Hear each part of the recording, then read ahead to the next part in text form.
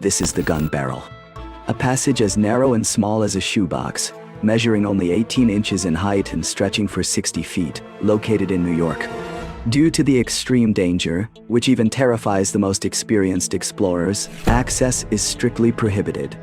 This restriction became even more evident when a group consisting of men, women, and even children decided to take on this challenge. Amidst this risky adventure, 11-year-old Peter Viens became so entangled in the passage that he required urgent assistance from local firefighters and police officers. How did Peter find himself in this situation? And how did the rescuers attempt to get him out of this tight spot?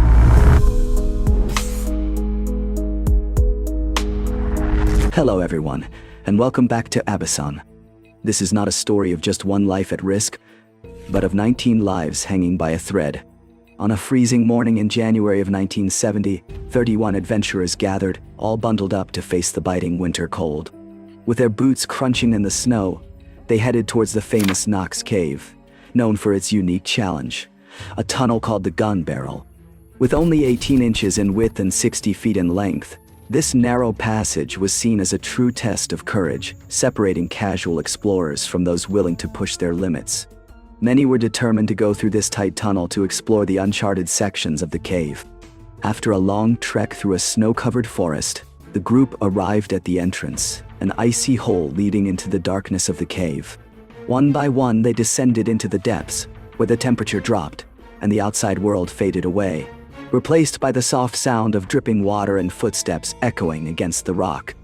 Among the brave adventurers, 19 chose to face the dreaded tunnel, including Peter Viens, an 11-year-old boy on his first caving adventure, eager to prove himself. He watched as others advanced, some quickly and others cautiously, while preparing for his own challenge. When his turn came, Peter took a deep breath and dove into the tunnel. The space was even tighter than he had imagined. His body scraped against the rough walls, and he had to use his elbows and knees to move forward. Every few feet, he paused to catch his breath, feeling the weight of the rocks surrounding him. He was only 8 feet from the exit when the unexpected happened. As he struggled to keep going, Peter's knee slipped into a small crevice in the floor. At first he thought it was just a minor setback, and that he would be able to pull it out. But as he tried, he realized his knee was firmly stuck in the rock. Panic overtook him, and amid frightened screams, his efforts only worsened the situation. Soon, the other adventurers, who were moving forward unaware of what had happened, stopped when they heard his desperate cries echoing through the tunnel. Quickly, the group turned back to help, but they faced a terrible problem. Peter's body was blocking the narrow passage, preventing any movement forward or backward. Attempts to free him, pulling, twisting, changing his position, only caused him more pain. And soon everyone found themselves trapped in that frozen corridor with no way out, while the cold threatened to turn the situation into something even worse. Outside, concern was growing. Hours passed without any news, and one of the members, after checking the situation, found the distressing scene. Peter was stuck, and the others were blocked behind him.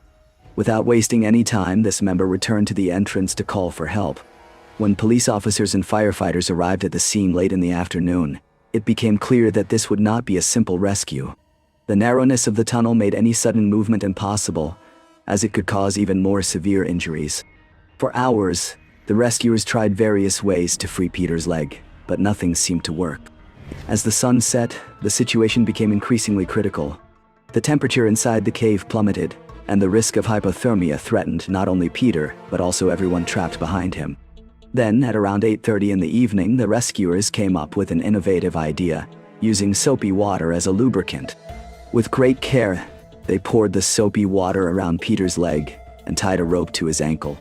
In a coordinated effort, the firefighters synchronized their pulls, while those trapped in the tunnel relieved the pressure on the boy's knee. Finally, with a gentle and well-coordinated tug, Peter's knee began to move, and he was carefully pulled out of the crevice. A wave of relief washed over everyone, but caution was still necessary, as the boy was still in danger. With great care, they guided him through the remainder of the tunnel to the exit. And one by one, the other adventurers managed to escape to safety, exhausted but alive. Although he was rescued, Peter suffered injuries. His legs sustained fractures and bruises, and he also needed treatment to combat hypothermia. After a few days in the hospital, he received the necessary care for a full recovery.